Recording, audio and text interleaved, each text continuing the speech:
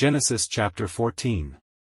At the time when Amraphel was king of Shinar, Arioch king of Elasa, Chedorlaomer king of Elam and Tidal king of Goyim, these kings went to war against Bera king of Sodom, Bershah king of Gomorrah, Shernab king of Admah, Shemeber king of Zeboim, and the king of Bela, that is, Zor. All these latter kings joined forces in the valley of Siddim, that is, the Dead Sea Valley. For 12 years they had been subject to Chedorlaomer, but in the 13th year they rebelled.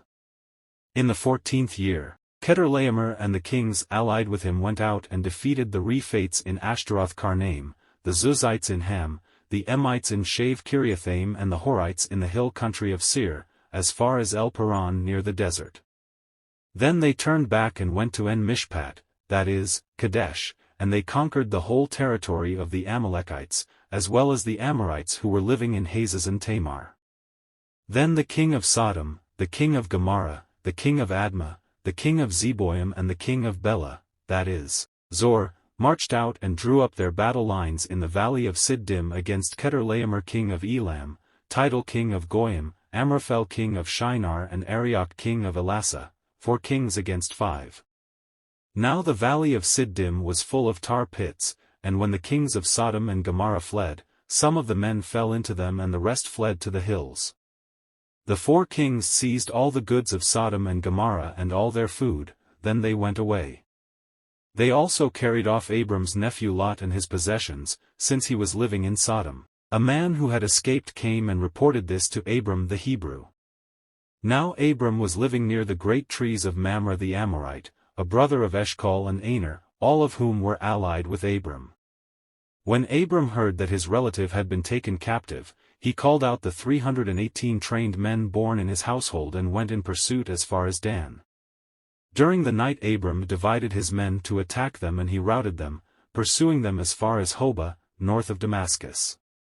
He recovered all the goods and brought back his relative Lot and his possessions, together with the women and the other people. After Abram returned from defeating Chedorlaomer and the kings allied with him, the king of Sodom came out to meet him in the valley of Shave, that is, the king's valley. Then Melchizedek king of Salem brought out bread and wine.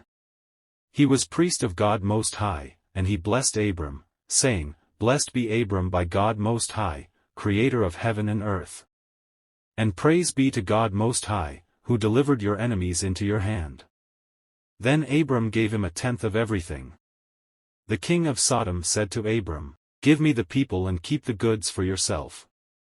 But Abram said to the king of Sodom, With raised hand I have sworn an oath to the Lord, God Most High, creator of heaven and earth, that I will accept nothing belonging to you, not even a thread or the strap of a sandal, so that you will never be able to say, I made Abram rich.